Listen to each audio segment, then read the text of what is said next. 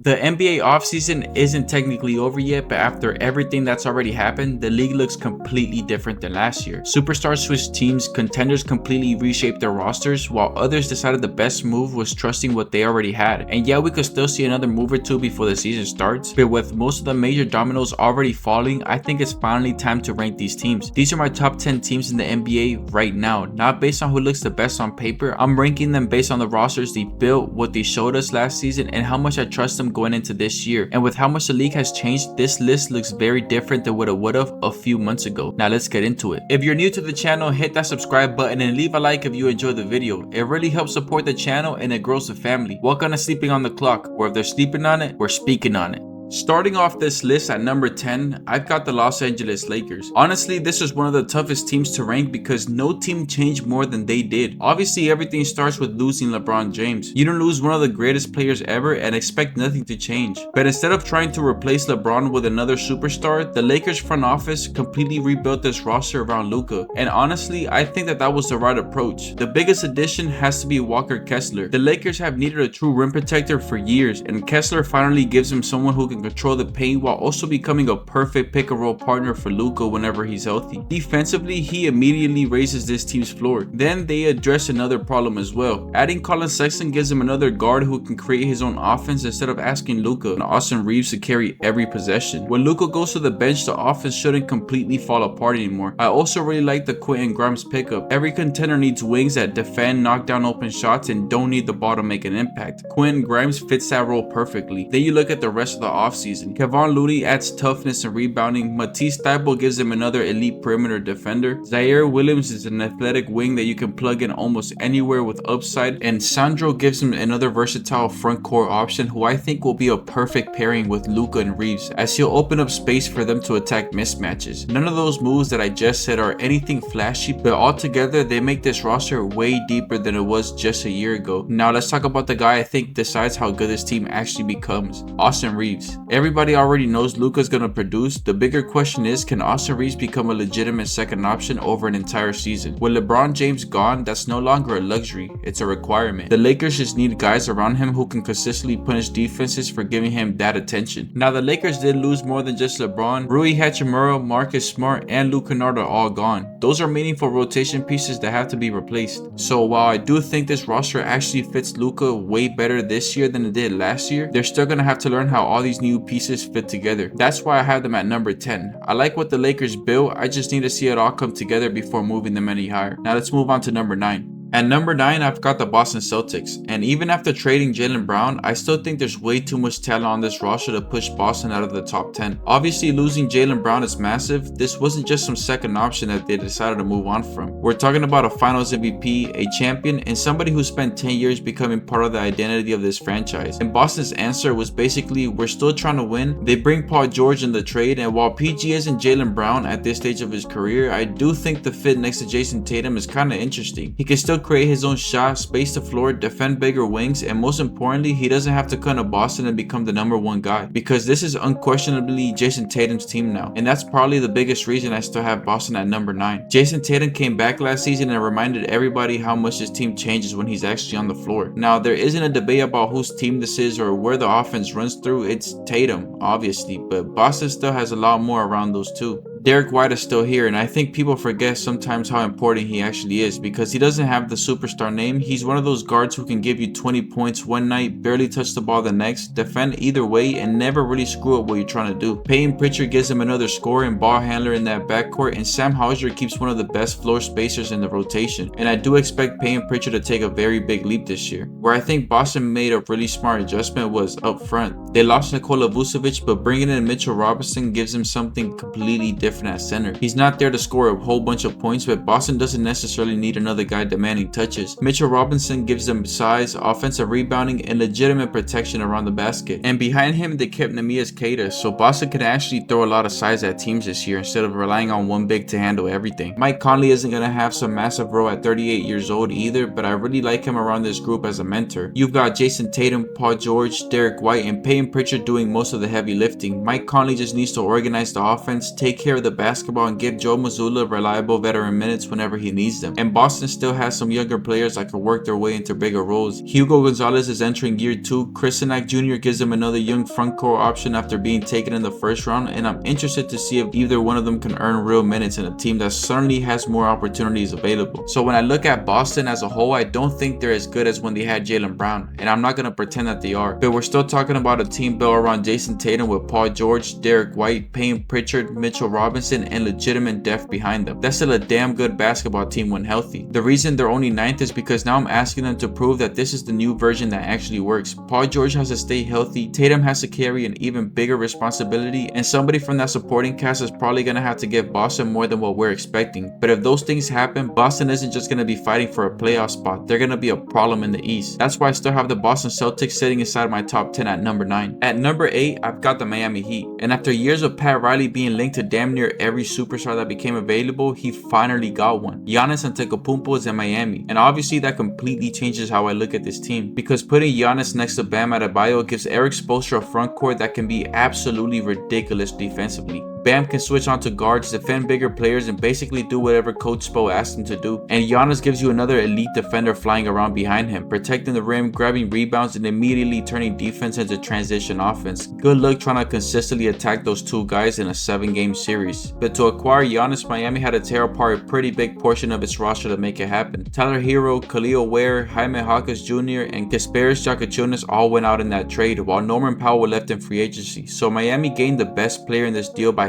far, but they also lost a lot of scoring, youth, and depth. That's why Bobby Portis being a part of this trade matters so much. He already knows how to play alongside Giannis. He gives Miami another physical rebounder, and most importantly, he can stretch the floor when you're playing with those two guys in Giannis and Bam. But one of the players I'm actually most interested to see on this roster is Peller Larson, because with Hero and Powell gone, there's a real opportunity for him to take on a much bigger role. He's already shown he can score, attack off the dribble, play through contact, and contribute without needing the offense built around him. Now you're putting him on the floor with Giannis and Bam constantly collapsing defenses, and that's exactly the kind of situation where a young guard can take another step. And Miami still has Andrew Wiggins, who doesn't need to be an all-star here. If he defends wings, knocks down shots, and gives him another reliable scoring option, he's doing his job. Nikola Jovic matters too. His size and ability to stretch the floor gives Spo another way to build lineups around Giannis and Bam, especially when Miami needs more spacing. Then you've got an absolute dog in Davion Mitchell, bringing pressure at the point of attack, and Tim Hardaway Jr. gives them some of the veteran shooting they lost in the offseason. Defense isn't what keeps him at number 8. Giannis, Bam, Wiggins, Davion Mitchell with Eric Spoelstra coaching that group, they're gonna be a pain in the ass. Maybe Peller Larson is ready for a much bigger role. Maybe Andrew Wiggins gives them much more. Maybe Jovic finally takes that leap, and if one or two of those guys really hit, Miami could make number 8 look way too low. But until I see where that offense comes from consistently, this is where I've got them, at number 8. At number 7, I've got the Houston Rockets. And Houston might not have made the biggest move of the offseason, but I think the biggest issues that held them back last year are now a lot more solved. They desperately needed somebody to run that damn offense. Now, don't get me wrong, Kevin Durant can create from anywhere on the court, Sengun can create through the post, and Amin Thompson is a force when he has the ball under control headed downhill. But after Fred VanVleet tore his ACL and missed a season, the Houston Rockets never really replaced what he gave them as an actual point guard, which was somebody who could control the pace, organize everybody, get the ball where it needed to go, and take some of that responsibility away from everybody else. And now Fred is coming back. I don't think people realize how important that could be for this team, because you're not asking Fred to come back and be a 20-point per game star. You need him to come back and be a point guard, get KD his touches, get Sengun the ball in his spots, let Amin Thompson attack instead of always worrying about initiating the offense, and maybe most importantly, let Reed Sheppard be Reed Sheppard. I think Reed had way too much responsibility as a primary ball handler that season. That's not where I think he's best at right now. This dude can score, he can shoot, and he can play off the ball. So instead of asking a young guard to constantly worry about setting everybody else up, let Fred handle that responsibility and let Reed Sheppard worry about putting the ball in the basket. And Houston didn't just get Fred back, they also added Marcus Smart and Bogdan Bogdanovic, and I love both of these pickups for the bench. Marcus Smart gives Houston another veteran guard who can handle the ball, defend, and bring some toughness without needing shots. Bogdan gives him almost the opposite. He's another shooter and scorer who can come into a game and immediately give that second unit some offense. So now look at how much easier the roles become. You don't need Reed Sheppard to become your full-time point guard anymore. You don't need Amen Thompson to create everything in the half court, and you don't need KD bailing you out every time the offense gets stuck, and you don't need the starters carrying every single possession, because the bench actually has veteran guards that can keep things under control now. And that's what makes me like Houston way more this year, because the talent was already there. KD is still KD, Sengun is one of the best offensive bigs in basketball, and Amen Thompson can impact the game without even scoring. And we haven't even talked about the bench, because you still got guys like Jabari Smith Jr., Tari Eason, Steven Adams, and Clint Capella giving this team ridiculous size and versatility. Houston doesn't need another superstar, they needed the pieces around their stars to make more sense. And I think getting Fred back while also adding Smart and Bogdan does exactly that. Now, they still gotta prove it in the playoffs and by staying healthy during the regular season, but that's why they're 7th on the list instead of sitting in the top 5. But I like the way this roster is built a hell of a lot more than I did a year ago, because everybody can finally spend more time doing what they're actually good at. And that could be the difference between another really good Houston regular season and a team that's actually ready to make some noise when playoff basketball gets here. At number 6, I've got the Minnesota Timberwolves, and Minnesota made one of the biggest bets of the entire offseason. They looked at what Anthony Edwards was being asked to do every night and finally went out and got him exactly what I think he's been missing: another legitimate shot creator and playmaker. The Timberwolves traded for LaMelo Ball, and they paid a lot to get him. Naz Reid is gone. They gave Charlotte future first, multiple pick swaps, and a few second-round picks, and they also moved Julius Randle to Brooklyn. So Minnesota clearly decided that it was time to change the formula around Ant, and I completely understand why. We've seen way too many possessions where the offense slows down and everybody looks at Anthony Edwards and basically says, go save us. But now you've got LaMelo Ball, a point guard who can bring the ball up, control the pace when he's not in Chino Hills mode, and can see passes most players don't even attempt, and most importantly get Anthony Edwards the ball in places where he can immediately attack. That's what I'm most excited about, because Anthony Edwards is already one of the most dangerous scorers in basketball. Now imagine him getting to spend more possessions actually being a scorer instead of having to create the entire possession himself. And Minnesota isn't depending entirely on those two either. Ayo Dosunmu was huge for Minnesota after they got him at the deadline, and then he stepped up even more in the playoffs. He even dropped 43 points against Denver in the first round. He proved he can contribute even when the games actually mattered. He can attack mismatches, push the pace, defend opposing guards, and give Minnesota another guy who can make something happen when one of the stars sits. Then you still got Jaden McDaniels, who gives him elite wing defense while continuing to become more useful offensively. And of course you still have Big Rudy holding down the paint, being an elite defender, rebounder, and a deterrent. It's not just they got LaMelo so they're automatically better. I like what LaMelo allows everybody else to actually become on this team. Ant-Man doesn't have to create everything and win games by himself anymore. Then you have guys like Dante DiVincenzo and Jaden McDaniels who can keep doing what makes him so valuable, defending and keep getting buckets. Rudy can keep anchoring the defense. Obviously the elephant in the room is health. LaMelo has to stay on the court, but if he does, Minnesota finally has multiple guys who can create offense around Anthony Edwards without taking the ball out of his hands when it matters most. I think this roster has more answers than people realize. They barely missed my top 5, but the Timberwolves are still one of the teams I trust most heading into next season. I've got Minnesota at number 6. And at number 5, I've got the Denver Nuggets. And Denver was already a team that I trusted heading into next season. They won 54 games last year, and as long as Nikola Jokic is on your roster, they're gonna have a chance against pretty much anybody. We already know what he could do for this team. He basically controls everything. He controls the offense, makes everybody around him better, and gives Denver arguably the biggest matchup advantage in basketball on any given night. And the core around him this year is still really good. Jamal Murray is still the guy Denver trusts next to Jokic when games get tight. Aaron Gordon continues to be the perfect complementary piece for those two with his defense, physicality, and ability to play without needing the ball. Cam Johnson gives them shooting on the wing, Christian Brown gives them athleticism and defense, and they brought Tyus Jones back, which gives them another steady ball handler who can keep the offense organized when Jamal Murray isn't running everything. But Denver did lose an important piece this offseason. Peyton Watson had a breakout year last year, becoming a legitimate part of the rotation on both ends, and losing a 23-year-old wing like that definitely hurts anybody. Denver did get Julian Reese and future draft capital back in that deal, and throughout the offseason they also added Marvin Bagley, Alpha Diallo, Lonnie Walker, and that gives the bench some different options around the main court. None of those moves individually changed where I had Denver ranked, but then they added DeMar DeRozan, and originally I had this team one spot back, but acquiring DeMar DeRozan is the move that pushed this team into my top 5. Not because I'm expecting 37-year-old DeMar to come in here and become a superstar again. They don't need that. What Denver has needed for a while now now, in my opinion, has been another proven scorer who can take some of the offensive burden away from Jokic and Murray. And DeMar could still do that. He averaged 18 points last season, basically shooting 50% from the field, and he's still somebody you can give the basketball to when a possession breaks down and trust him to make a shot. And that's huge for Denver, because now everything doesn't have to be Jokic creating an advantage or Jamal Murray making a difficult shot. You can stagger DeMar's minutes with the second unit, and you can also use him when Jamal Murray's having an off night. And late in games, you have another veteran scorer who has spent his entire career creating offense in the half court. That's something I think this team has been missing for a very long time, and when you put that addition into the bigger picture, I really like what Denver has. They have Jokic, Murray, Gordon, Cam Johnson, Christian Brown, DeMar DeRozan, Tyus Jones, and now you got guys like Lonnie Walker, Bagley, and some other young pieces giving them options behind that core. Is this the deepest roster in basketball? No, and losing Watson shouldn't just be ignored either, but when I'm ranking teams based on who I trust if the playoffs started tomorrow, there's something about this version of Denver that I absolutely trust more than I did before. They already had one of the best basketball players in the world on their teams. They already had chemistry, they already had championship experience, and what they needed was another guy who could take some pressure off of Jokic and Jamal Murray offensively. And they finally went out and got one of the best scorers of all time. And that's honestly what pushed Denver over Minnesota for me. And that's why I got the Denver Nuggets at number 5. At number 4, I've got the Oklahoma City Thunder. And OKC is in a really interesting position heading into this season, because for the first time in a while, they actually lost some pretty important pieces. Lou Dort, Aaron Wiggins, and Isaiah Joe are gone. And I don't want to brush past those losses because all three of those guys played legitimate roles for this team and during their championship run. Lou Dort was a fan favorite elite perimeter defender who was such a crucial part for their identity. Isaiah Joe was one of their best shooters, and Aaron Wiggins was exactly the type of versatile bench player every contender wants. But here's the crazy part, I still have OKC 4th because after winning 64 games and making another deep playoff run, the foundation of this team really hasn't changed. It still starts with Shea, and at this point there's not really much left to explain. He's one of the best players in basketball, and he's almost impossible to keep out of the paint. And when OKC needs somebody to take over late in the game, they already know exactly whose hands the ball's going into. But what makes the Thunder different from some of the other teams we talked about is that it doesn't stop with him. Jalen Williams has become a legitimate star next to Shea, and he should be fully healthy this upcoming season. Chet Holmgren gives them elite rim protection, shooting, and another matchup problem that now everybody has an answer for at 7 foot tall. Alex Caruso's still there as well, giving them elite perimeter defense and energy, and expect to see Cason Wallace have an even bigger opportunity to display more of what he's capable of now that Dort's gone. And AJ Mitchell is another young guard who I think has earned a bigger role in this rotation, leading the offense behind Shea. Then you've still got Isaiah Hartenstein, who they made sure to bring back. That gives them the ability to play Chet at the 4, go bigger against certain teams, and control the glass and not force Holmgren to deal with every physical center by himself. But one guy we absolutely have to talk about heading into this season is Jared McCain, because OKC went out and got him at the trade deadline last year, and by the time the playoffs came around, he was already showing exactly why they wanted him. He gave this team another scorer and shooter off the bench, and he wasn't scared of the moments either. He was giving them real production deep into the playoffs, including a 24-point game in the Western Conference Finals. That's the luxury OKC has. They can lose 3 legitimate rotation players, and instead of panicking, they can give more responsibility to Wallace, Mitchell, and some of the younger guys, while Shea, J-Dub, and Chet continue carrying the top of the roster. Now, I do think losing that much depth still matters, especially Lou Dort, because when you're trying to win a championship, having somebody who could spend an entire playoff series making life miserable for the other team's best perimeter player is extremely valuable. But I'm also not betting against the Thunder's ability to replace production internally. They've been developing players better than almost anybody in basketball, and their 3 most important players are still young enough to get even better. That's really why they're number 4. OKC didn't have to win the offseason. They already had one of the best teams in basketball. The question now is whether the younger guys can replace what walked out the door, because if they can, this team isn't taking a step backwards at all. They might be coming back even hungrier. At number 3, I've got the San Antonio Spurs, and at this point, I don't think we can even call this team up and coming anymore. That shit is over. They won 62 games last season and went all the way to the NBA Finals. The Spurs arrived way ahead of schedule, and the scary part is that they accomplished all of that with a core that's still so ridiculously young. Obviously, everything starts with Victor Wembanyama. He already reached a point where he changes what teams are willing to do just by standing near the paint. But what I really like about San Antonio is that this isn't just Wemby carrying a whole bunch of young players anymore. Stephon Castle took another massive step last season, and he also gives them that physical two-way guard who can create, defend, and make plays for other people. De'Aaron Fox, although he struggled last season a bit, gives them that veteran guard presence they can still trust to actually run the offense, get downhill, and create a shot when possessions start falling apart. And then you've got Dylan Harper. He doesn't even turn 21 until next year, and after a really promising rookie season, San Antonio now has 3 completely different guards in Fox, Castle, and Harper. That's a ridiculous foundation. And instead of reacting to the finals loss by trying to make some massive trade, San Antonio basically said run it back. And I love that, because what exactly were they supposed to panic about with a roster as deep as theirs? They still kept Harrison Barnes, they still kept Julian Champagny, Devin Vassell's still here as well, and he's someone who I think will continue to be a great complementary piece on this team. Reigning 6th man of the year, Keldon Johnson will find ways to make an impact on the team, and Luke Cornett gives him size behind Wemby. And on top of that, they went out and added Tobias Harris. That's not some move that's gonna make headlines at ESPN, but for this roster, I absolutely love it. He's another experienced forward who can score, stretch the floor, and gives them a veteran option without coming in and completely changing the hierarchy of the team. And that's why I've got the San Antonio Spurs all the way at number 3. Last year was the proof. Now they get another season of Wemby developing, another season of Castle developing, another season of Harper developing, and now Fox has had more time to build chemistry with all 3 of them and get back to being healthy. And they didn't have to sacrifice any major part of what got them to the NBA Finals to do it. San Antonio doesn't need some crazy off-season acquisition to convince me they're dangerous. Tobias Harris just adds more firepower to a team that was already loaded, and they already showed us what they were capable of without him. Now the question isn't whether the Spurs are ready to compete for a championship, it's whether they're ready to actually win one. Talking about a team that's looking for championships, at number 2 I've got the Philadelphia 76ers, and I don't know what the hell got into this front office over the summer, but Philly basically looked at last year's roster and said, yeah, this is not good enough, because this team looks completely different now. The biggest move was turning Paul George into Jaylen Brown, and for what Philadelphia needs right now, I love that move. Brown is younger, more physical, coming off another monster season, and most importantly, he's somebody who's already proven he can be a major part of a championship team. Now you're putting him next to Tyrese Maxey and Joel Embiid, and that's already enough star power to put Philly in this conversation by themselves, and somehow they added LeBron James too. Now obviously we're not talking about prime LeBron James anymore, he's 41 years old, but that's also why I love this situation for him. Philadelphia doesn't need LeBron to carry them for 82 games. They've got Tyrese Maxey, Jaylen Brown, and they got Joel Embiid. They just need LeBron to help organize the offense, create for everybody else, and give this team another player they can trust when the game slows down. And if you're asking LeBron James to be your 4th option, your roster's doing pretty damn good. But the player that makes this team even more interesting to me is VJ Edgecombe, because after what he showed last season, he's not just some young prospect Philly's gonna have to wait around and develop. He's a super athletic two-way guard who can score, defend, and bring energy without needing the offense built around him. So now Nick Nurse has Tyrese Maxey, Jaylen Brown, LeBron James, Joel Embiid, and VJ Edgecombe, and that's before we even get into the bench. They added Anthony Simons, which I think was an excellent pickup, because now you got another proven scorer who can come into the game and immediately create offense. They also added Kentavious Caldwell-Pope, and this is a sneaky pickup that matters more than people think, because KCP is exactly the type of player every contender ends up needing in the playoffs. He defends, he spaces the floor, he doesn't need touches, and he's comfortable guarding the best perimeter player on the other team. Dean Wade gives him size, switchable defense, and some shooting whenever he decides he wants to score at forward. And they also added Ariel Hukporti for size behind Joel Embiid, and you still got younger pieces like Justin Edwards, Adam Bona, and LeBaron Philon fighting for minutes, and that's a ridiculous amount of options, and that's why Philly's at number 2 for me. It's not just the names. Tyrese Maxey can have the ball, Jaylen Brown can attack, LeBron James can facilitate, VJ can defend and play off everybody else, and Joel Embiid can still be a matchup nightmare in the middle of all of it. The biggest question is obvious. Can Joel Embiid stay healthy when it actually matters? Because I'm done pretending that question does not exist. We've seen way too many Philadelphia seasons come down to whether Joel Embiid's body even holds up. But here's the difference this year. I don't think people need him carrying the same ridiculous workload anymore. There is enough creation and scoring around him now to manage his minutes, manage his games, and hopefully have the best version of Embiid available when April gets here. And if they actually get that, good luck, because on paper, I don't know if there's ever been a more talented team ever assembled in all of basketball. Philadelphia has solidified superstars. They got young talent, they got scoring off the bench, and they got multiple ball handlers. And they finally have enough around Joel Embiid that one injury or a couple bad shooting nights doesn't automatically have to sink the team. There's only one team I trust more heading into next season though. But Philly, they're not entering this year hoping everything finally works out with this roster. Anything short of competing for a championship at the end of the season if fully healthy would be a complete disappointment in my eyes. And finally, at number 1, I've got the defending NBA champions, the New York Knicks. And I'm keeping this one very simple. Until somebody knocks them off, they're clearly the number 1 team. Because while we spent this entire list talking about what teams could become next season, New York already showed us exactly what they are. They went 16-3 in the playoffs. They ran through the entire East last year. They beat San Antonio in the finals, and they brought a championship back to New York for the first time in over 50 years. So when I look at this team heading into next season, I'm not searching for some massive offseason move to convince me they can win another championship. I literally just watched them do it once. And the biggest reason I'm comfortable keeping them here is that damn near everybody responsible for that championship is coming back. It all still starts with the captain, Jalen Brunson, and whatever questions people had about whether Brunson could be the best player on a championship team, we could throw those away now. When the Knicks needed a bucket during their championship run, Jalen Brunson got it for them. When they needed somebody to control the game, he did it. And when they needed him the most, Brunson always showed up. But what made this Knicks team so difficult to deal with was that it was never just Jalen Brunson. Karl-Anthony Towns gave them that second star who can score inside, stretch the floor, and completely change how you defend their front court. OG Anunoby and Mikal Bridges gives them two big wins who can defend, hit shots, and impact the game without needing 20 touches. And Josh Hart is still Josh Hart, rebounding like he's 7 feet tall, pushing the ball in transition, doing all the random shit that somehow turns into winning basketball. That's the core that just won a championship, and they're all still here. Then you look at the depth. Jose Alvarado's back, Miles McBride is back, Jordan Clarkson is back, and Landry Shamet is back after shooting the hell out of the ball during that championship run. They did lose Mitchell Robinson, and I don't want to completely ignore that because his rebounding and rim protection mattered. But instead of leaving that backup big man spot empty, they brought in Andre Drummond. He's obviously not coming in here to change the team. He doesn't need to. They just need him to keep being one of the best rebounders of all time, give Cat a breather, protect the paint, and give Mike Brown another big body when the matchups call for it. That's really the theme of New York's offseason. They didn't mess with what worked, and I respect the hell out of that because sometimes teams win a championship and immediately start to get cute. New York didn't. They kept Brunson, they kept Cat, they kept Bridges, they kept OG,